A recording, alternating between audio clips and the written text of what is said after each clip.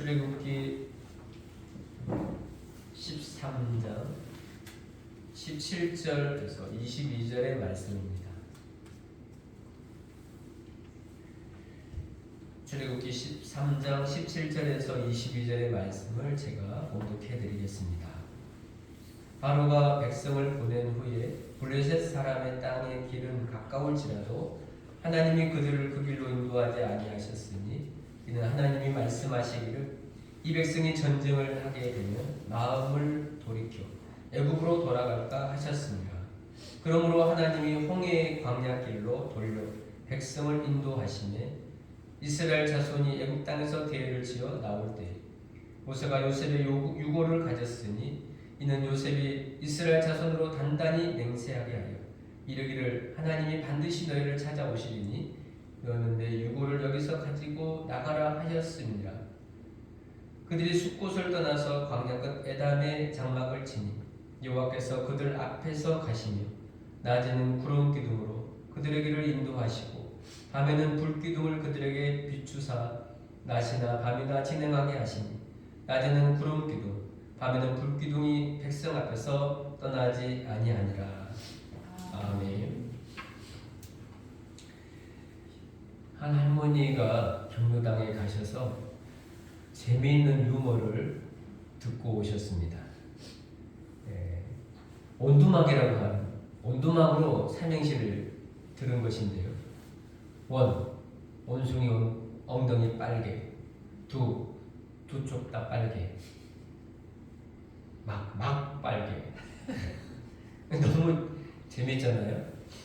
그래가지고 집에 와서 할아버지에게 자기가 너무 재밌는 유머를 들었다고 한번 할아버지 들어보라고 해서 할아버지에게 이야기해 줍니다. 그런데 온두막으로 해야 되는데 온숭이로 하는 거예요. 온숭이 엉덩이 빨개. 숭하게 빨개. 이게 아닌데 살다 보면 이게 아닌데 하는 그런 상황들이 우리에게 생기는 것 같습니다. 할머니가 온두막으로 해야 되는데 온숭이로 삼행시를 져가지고 더욱더 우리들에게 즐거움을 주는 것 같습니다. 사람은 기억한 것도 잊어버리고 실수하는 것도 많습니다. 요즘 많은 분들의 문제가 뭐냐면 걱정이 뭐냐면 잊혀짐에 대한 걱정, 내가 잊어버릴까에 대한 걱정들이 많다고 합니다. 이걸 이제 치매라고도 하는데요. 자꾸 기억하지 못하고 과거의 것들, 자기의 소중한 추억들을 잊어버린다는 것이죠. 심지어 어떤 분들은 손에 핸드폰을 잡고 오늘 핸드폰 어디 있지? 라고 찾는다는 거예요. 어떤 분은요. 자동차 키를 냉장고에서 찾았다고 하는 그런 분도 봤습니다. 사랑하는 자녀의 얼굴을 기억 못해서 네가 누구냐? 라고 말하는 그런 부모님도 계시고 심지어는 자기의 이름조차도 기억을 못해서 아무것도 모르는 잊어버리는 그 망각의 아픔에 빠지는 경우가 현대인들에게 굉장히 많다고 합니다. 사람은 실수할 수도 있고 또 잊어버림의 한계가 있죠. 다 잊어버릴 수도 있고 또 다 어려울 수도 있어요. 그런데 하나님은 실수하지 아니하시고 절대 잊어버리지 아니하신다라고 말씀하십니다. 심지어는 이런 말씀도 하세요. 부모는 자식을 잊을지라도 나는 너를 잊지 않는다. 그런 잊지 않는다라는 그걸 확증하시기 위해서 이런 말씀도 하시더라고요. 내가 손바닥에 너를 새겼다. 손바닥에 너를 내가 새겼다. 너 안 잊기 위해서 내가 손바닥에 너를 새겼다라고 그렇게 확증해주고 계십니다. 오늘 성경 본문은 하나님께서 이스라엘 백성들을 잊지 않고 계셨다라는 것을 말씀해 주세요. 그리고 그들을 기억해 주신다라는 거예요.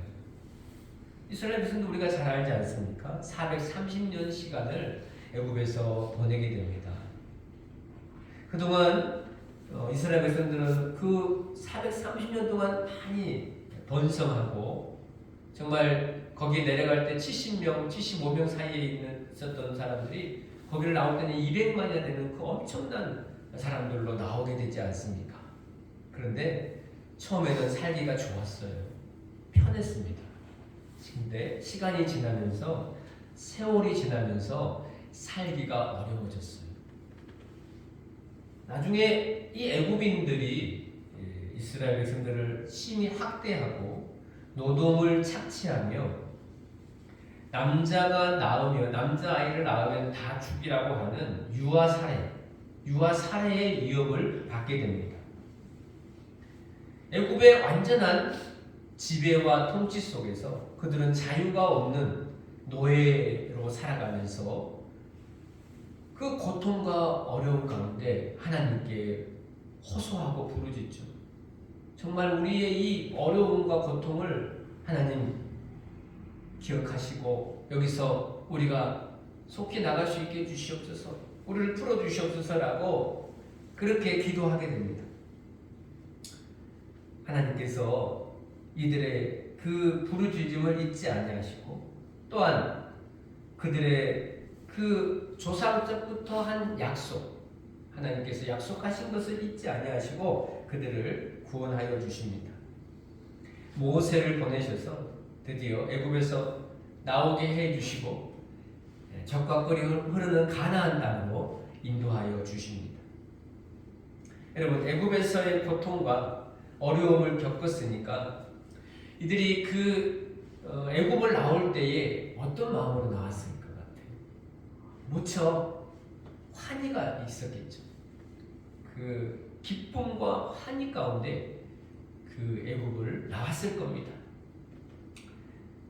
그들은 나고자의 모습이나 비굴한 모습으로 나오는 것이 아니라 마치 당당한 군대처럼, 군대가 대오를 지으며 멋지게 당당하게 나오는 것처럼 그렇게 애굽을 빠져나옵니다. 애굽을 나오는 날 이들에게는 새로운 축제가 시작되었고요. 그리고 미래를 향한 꿈과 소망이 가득한 그러한 날들을 시작하게 됐습니다. 여러분, 이스라엘 백성들이 애굽을 나올 때에 하나님도 바쁘셨어요. 지금 우리가 이렇게 새학기에 대해서 이제 봄에 새학기 바쁘죠. 학생들도 바쁘다고 그래요. 공부해야 되지, 또 배워야 되지, 이런 것들 준비하려면 참 바쁘잖아요. 우리 가르치는 선생님들도 바쁘다고 해요. 뭐가 그렇게 바쁜지 많이 분주하고 바쁘다고 합니다. 그런데 차근차근 학생들이 배움을 준비하고 또 선생님들은 가르침을 준비한다면 그런 마음의 분주함들이 오히려 새로운 기대와 꿈으로 알차게 보내는 시간들이 되겠죠. 자, 하나님께서 애굽에서 이스라엘 백성들을 나오게 하심은 결코 즉흥적인 결정이 아니었습니다. 다 하나님의 계획이 있으셨어요. 오랫동안 하나님의 계획이 드디어 성취되는 그런 시간이었습니다. 인도자를 준비하셨고 또 어떻게 적과 꿀이 가나안 땅으로 인도해야 할지에 대한 모든 지도를 하나님이 가지고 계셨어요. 이 모든 것들이 다 즉흥적이지 않다라니까요. 하나님의 오랜 섭리와 경륜과 하나님의 지혜 안에서 그것이 다 세팅되고 준비되어 있었습니다. 그래서 어쩌면 이스라엘 백성들이 이 출애굽해서 나오는 그 시간은 하나님의 인도하심에 대한 내비게이션이 작동하는 시간입니다. 내비게이션, 길 안내가 시작된 것이죠. 이스라엘은 이제 하나님의 내비게이션을 따라서 안내를 따라가면 됩니다. 자, 직진, 우로, 옆으로, 좌로 이런 내비게이션의 인도를 따라가면 되는 것이죠. 여러분, 우리가 자동차를 운전해 보면 내비를 키고 운전하잖아요. 근데 어떤 사람은 그러더라고요. 자꾸 우리가 그 길을 잘 기억하고 잊어버리지 않으려면 내비를 끄고 다니라고. 그래야 자꾸 길을 내가 익힌다는 거예요. 근데 요즘은 보면요, 아는 길도 내비 켜고 가죠. 아는 그러면 점점 그 길에 대한 지도를 내가 잘 모른다는 거예요. 우리가 내비를 킵니다. 자, 운전을 이제 합니다. 그러면 그 내비의 인도, 내비가 말하는 것을 잘 듣고 그 내비를 믿어야 되는 거예요. 만약에 난 내비 불신한다. 난 못 믿겠다. 이거 길이 엉뚱한 걸로 인도하면 어떡하냐라고 하면서 내비를 켜놓고도 믿지 못한다면 절대 그 목적지에 다다를 수가 없을 것입니다. 자, 그럼 하나님께서 이스라엘 백성들을 인도하시는 이 내비 어떻게 길 안내를 하고 계십니까? 우리가 한번 오늘 그 길 안내를 따라가 보기를 원합니다. 자, 먼저는 가까운 길보다 먼 길로 돌아가도록 인도하십니다. 자, 우리 17절 말씀을 한번 같이 읽어보실까요? 바로가 백성을 보낸 후에 블레셋 사람의 땅의 길은 가까울지라도 하나님이 그들을 그 길로 인도하지 아니하셨으니 이는 하나님이 말씀하시기를 이 백성이 전쟁을 하게 되면 마음을 돌이켜 애굽으로 돌아갈까 하셨습니다. 여러분, 애굽에서 가나안 땅까지 가는 길은 일주일이면 들어갈 수 있는 길이랍니다. 그런데 그 길은 애굽의 국경과 블레셋의 국경이 맞닿아 있어서 만약에 그 길로 가게 된다면 전쟁을 할 수밖에 없는 그러한 상황이 펼쳐지는 것이죠. 전쟁을 하게 되면 인명피해가 나게 되고 목숨을 잃게 되고 자기들이 가졌던 그런 재산들 그런 것들이 다 잃어버릴 수도 있게 되겠죠. 그리고 자기들이 원하는 목적지에 갈 수 없는 그런 불안함이 찾아오게 되겠죠. 그래서 전쟁을 하게 되면 우리가 괜히 나왔다. 뭐하러 애굽에 나왔느냐. 이렇게 죽고 이렇게 불안할 바에는 자, 우리 돌아가자. 애굽으로 다 돌아가자라고 하면서 그러한 상황들이 발생할 수 있는 것을 하나님이 아시고 빠른 길, 애굽에서 나와서 가나안으로 가는 빠른 블레셋 길로 인도하지 아니하시고 오히려 홍해의 광야길, 먼 길로 돌아서 가나안 땅으로 들어가도록 하나님이 인도하셨다라는 겁니다. 여러분, 빠른 길이 있지만 빠른 길을 가게 하지 않게 하시고 멀고 느려도 가나안 땅으로 갈 수만 있다면 그 길로 하나님이 백성들을 인도하셨습니다. 우리가 여기서 대부분의 우리의 사람들이 어떤 생각을 갖냐면 빠른 길을 다 선호한다는 거예요. 자, 빠른 길이 있으면 빨리 가고 싶다. 빨리 목적지에 가고 싶다라는 거예요. 빨리 성공하고 빨리 출세하고 빨리 원하고 바라는 것을 얻겠다라고 하는 그런 마음들이 다 우리 마음에는 있어요. 또 누가 빨리 성공했다고 하면 그 성공한 것을 배워가지고 나도 그러면 그렇게 성공하고 싶다라는 그런 마음들을 가지게 되는 것이죠.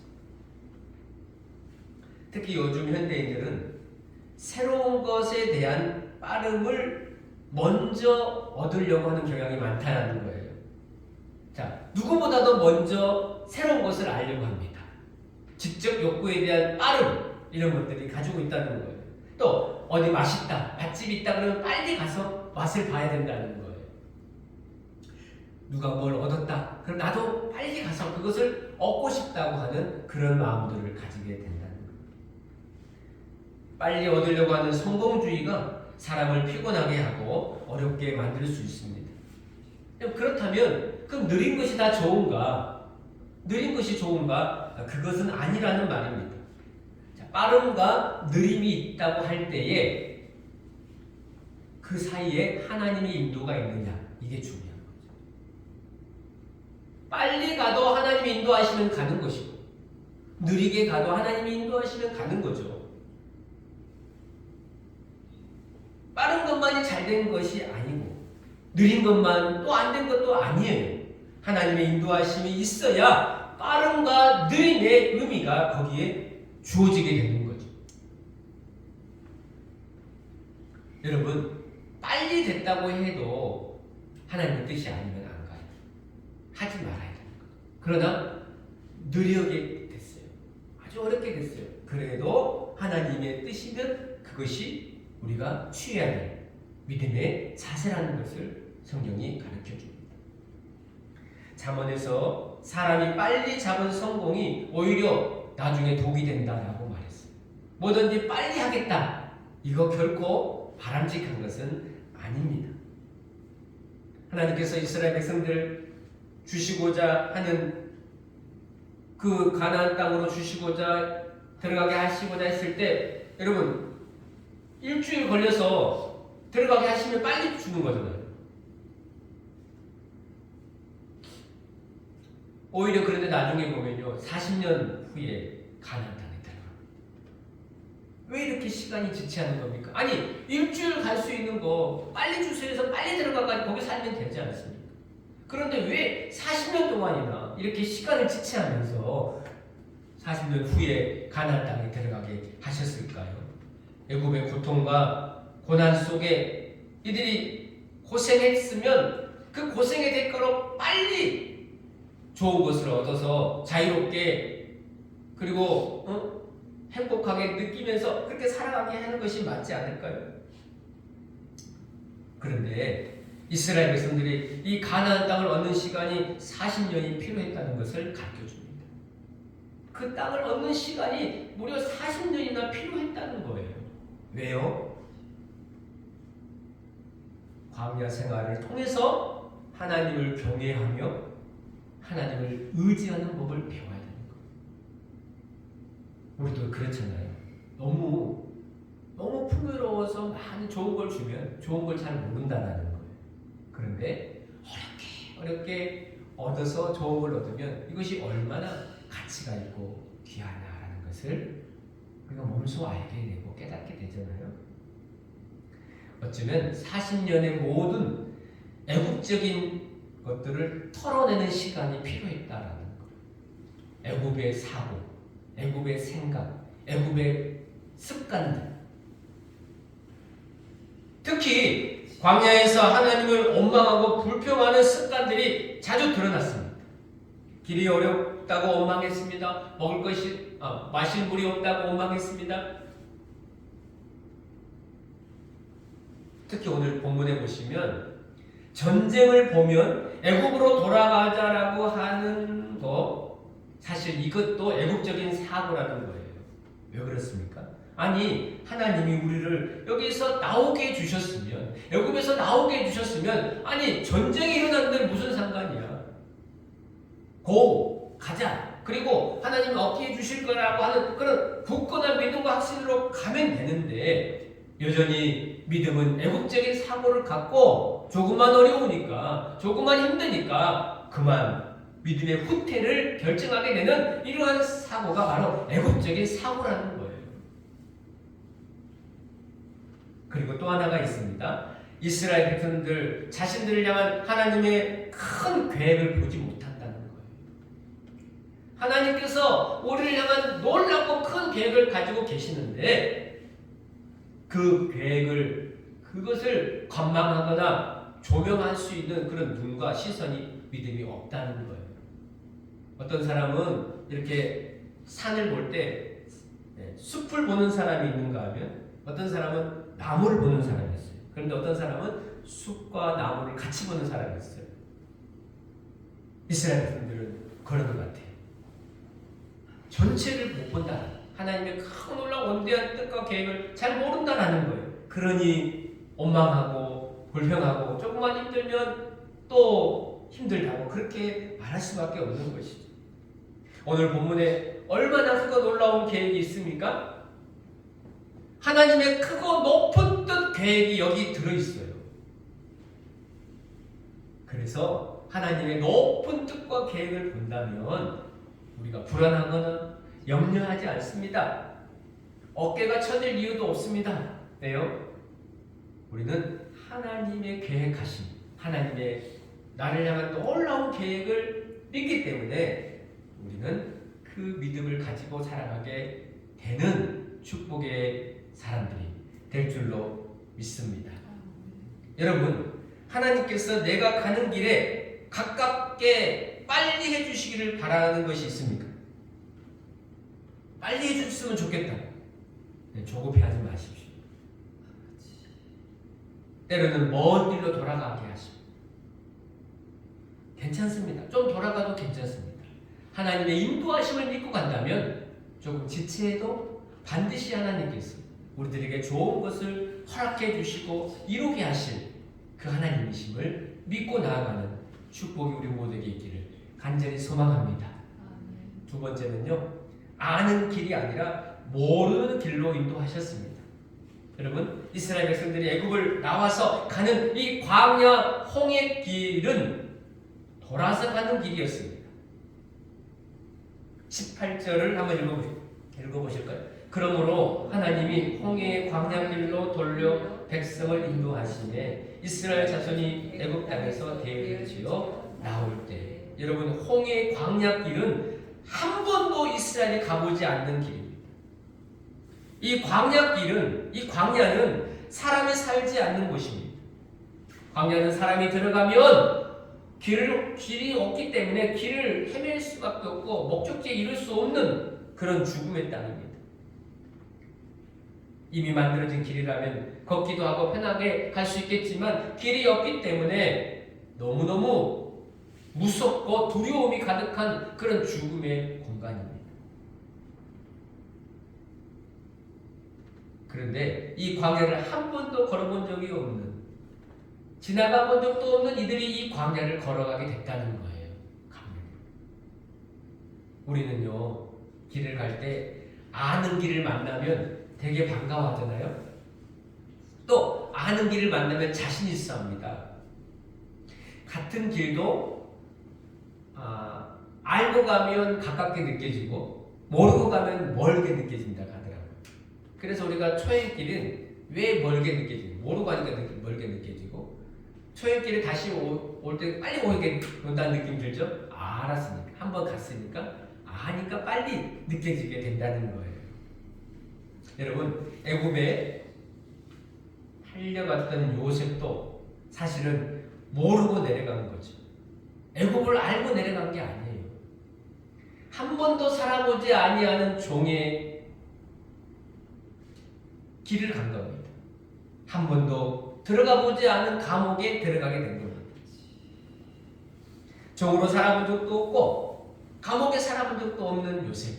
그런데 하나님께서 요셉을 그 길로 인도하셨습니다. 많은 학자들이 그렇게 말하더라고요. 요셉이 애굽에 팔려가지 않고 종살이 안 하고 감옥 안 갔으면 총리가 됐겠냐라는 거. 안 됐다라는 거. 그 길이 있었기 때문에 총리가 됐다라는 거예요. 여러분, 모르는 길도 하나님 함께 가시니 요셉에게는 그것이 어디였느냐? 새로운 축복과 은혜의 길이 열리게 됐습니다. 요셉을 인도한 분은 하나님이셨어요. 한 번도 모르는 길을, 한 번도 안 가본 그 길을 하나님이 이스라엘 백성들을 인도해 가십니다. 그래서 나중에 요셉이 형님들을 만났을 때 이런 말을 고백하는 것을 들어볼 수 있어요. 창세기 45장 5절 같이 한번 읽어보실까요? 당신들이 나를 이곳에 팔았다고 해서 근심하지 마소서, 한탄하지 마소서. 하나님이 생명을 구원하시려고 나를 당신들보다 먼저 보내셨느니라. 여러분, 한 번도 경험해보지 아니하는 길로 서 계십니까? 걱정하지 마십시오. 하나님은 아는 길로 우리를 인도하시는 것이 아니고 때로는 우리가 정말로 모르는 길, 정말 어디가 어딘지 하나도 모르겠다고 하는 그 길로도 하나님이 인도해 가신다라는 거예요. 예수님께서 우리가 믿을 때 핍박을 받는다라고 말씀하셨어요.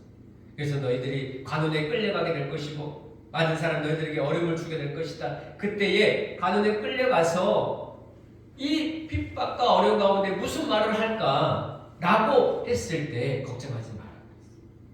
그때 성령께서 우리들에게 말을 주셔서 무슨 말을 해야 될지를 알게 하시고 대답하게 하실 것이다. 여러분, 모르는 길 있습니다. 그러나 그것도 하나님이 인도하시는 분이시라는 것. 모르는 길이라도 하나님의 인도를 따라가게 되면 하나님의 목적하시는 바를 이루며 살아갈 수가 있다는 것을 믿게 되기를 바랍니다. 세 번째는요, 구름 기둥, 불 기둥으로 인도하셨습니다. 여러분, 이스라엘 백성들을 애굽에서 나오게 하시고 적과 꾸려는 가나안 땅으로 들어가게 하시는 그 시작의 역사를 보면 너무 놀랍습니다. 이스라엘 백성들은 한 번도 이런 경험을 해본 적이 없습니다. 한 번도 이것을 본 적도 없습니다. 무엇을 보았습니까? 낮에는 구름 기둥이 나타났습니다. 밤에는 불 기둥이 그들과 함께하는 체험적 신앙을 가졌습니다. 어떤 신학자는 구름 기둥과 불 기둥이 하나이지 않았을까? 하나로 말하기도 하는데 이것은 각각으로 보는 것이 좋습니다. 구름은 기둥으로 세워지는 것이 아니죠. 평평하게 넓게 펴지면서 뭉치는 것이 특징입니다. 그런데 이 구름이 기둥으로 세워졌다라는 거예요. 토네이도 같은 그런 모양으로 생각하시면 됩니다. 구름 기둥이 생겨서 낮에 태양의 뜨거운 광야의 열기를 그늘로 식혀줍니다. 여러분, 우리도 그 여름에 더울 때 그늘에 들어가면 시원하죠. 네. 구름이 잠깐 이렇게 그늘을 만들어주면 얼마나 시원합니까? 구름은 이스라엘 백성들의 그 주변에 그 뜨거운 그것을 딱 그늘지게 해서 시원하게 해줬습니다. 그리고 구름은 이들을 인도하였습니다. 구름이 길을 인도했고 구름이 뜨면 이들도 행진을 시작했습니다.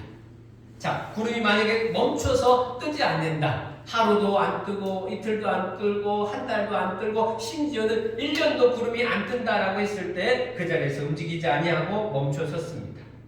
구름은 하나님께서 이스라엘 백성들을 인도하시는 내비게이션이셨습니다. 또한 밤이 되면 불기둥이 나타났습니다.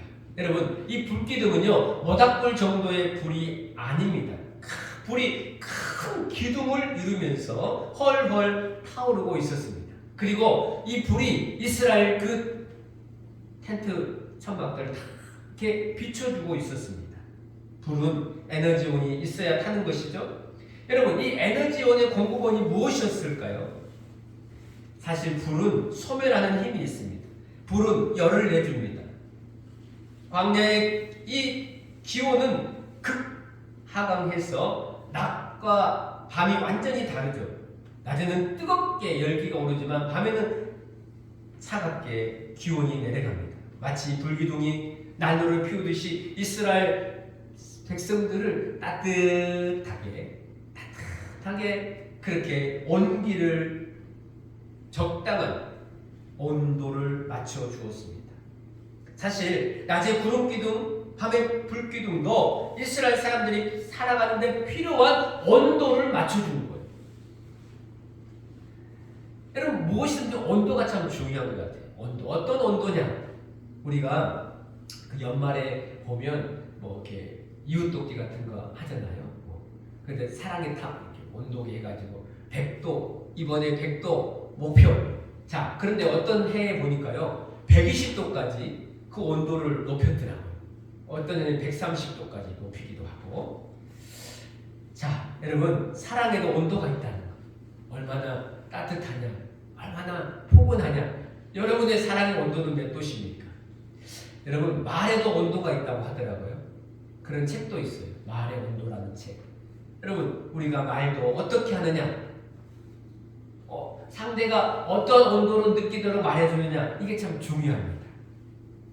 저는 불기둥과 구름기둥은 하나님의 임재의 상징인데, 내가 너희와 함께한다 라고 하는 그런 하나님의 임재하신 사랑의 상징입니다. 그래서 하나님께서 이스라엘 백성들을 구름기둥과 불기둥으로 실제로 지켜주심을 상징적으로 나타내 보여주십니다. 출애굽기 14장 24절 말씀 우리 같이 한번 읽어보실까요? 새벽에 여호와께서 불과 구름 기둥 가운데서 애국 군대를 보시고 애국 군대를 어지럽게 하시며. 여러분, 불과 구름 기둥은 인도하심에 대한 온도가 있습니다. 절대 무리해서 인도하지 아니하십니다. 광야에서 인도하실 때 낮에는 구름 기둥, 밤에는 불 기둥으로 천천히 인도하시며 그들의 속도에 맞춰서 인도하시며 하나님의 놀라운 계획 가운데 인도해 가고 계심을 보게 됩니다. 사랑하는 여러분, 우리를 향한 하나님의 계획에도요 온도가 있습니다. 너무 무리하지 않게, 너무 빠르게, 너무 느리게도 그렇게 인도하지 아니하십니다. 너무 차갑게도 하지 아니하십니다. 우리에게 꼭 맞는 그런 하나님의 따뜻한 사랑의 온도로 우리를 인도해 가고 계십니다. 하나님께서 우리를 향한 따뜻한 계획을 가지고 계세요. 그런데 이 계획은 완벽한 계획입니다. 세상의 모든 사람들은 실수하고 불안해하지만 하나님의 계획을 우리가 신뢰할 수 있는 것은 지금도 하나님께서 구름 기둥과 불 기둥으로 우리와 함께 계시며 우리가 그것을 믿고 따라갈 때 하나님의 완전한 계획 가운데 나아가게 됨을 우리가 믿을 수가 있는 것입니다. 여러분, 하나님께서 인도해 가실 때에 다 몰라도 괜찮습니다. 내가 알 수 없다고 해도 괜찮습니다. 안 가본 길도 괜찮습니다. 우리에게 필요한 것은 하나님이 인도해 가실 때 언제나 두려움 없이 언제나 불기둥, 구름기둥으로 우리를 인도해 가시고 함께 하시는 그 하나님을 믿고 모든 계획이, 모든 나의 삶의 뜻이 우리 주님께 있음을 믿고 전능하신 하나님을 의지하며 하나님의 인도하심을 갖고 살아나가는 그런 축복이 저와 여러분 우리 모두에게 넘쳐나기를 간절히 바랍니다. 기도하겠습니다. 하나님 아버지, 우리를 어려운 시대 가운데 지내게 하셨지만 두려워하거나 주저하거나 낙심하거나 후퇴하지 않게 하시고 낮에는 구름기둥, 밤에는 불기둥으로 주님의 친히 임재와 우리와 함께 하심의 증거들을 보여주셔서 이제 주님의 그 인도하심을 믿고 한 걸음 한 걸음 더욱더 믿음의 걸음을 잘 걸어나가는 우리 모든 성도들 되게 해 주옵소서. 하나님의 내비게이션 믿고 따라갑니다.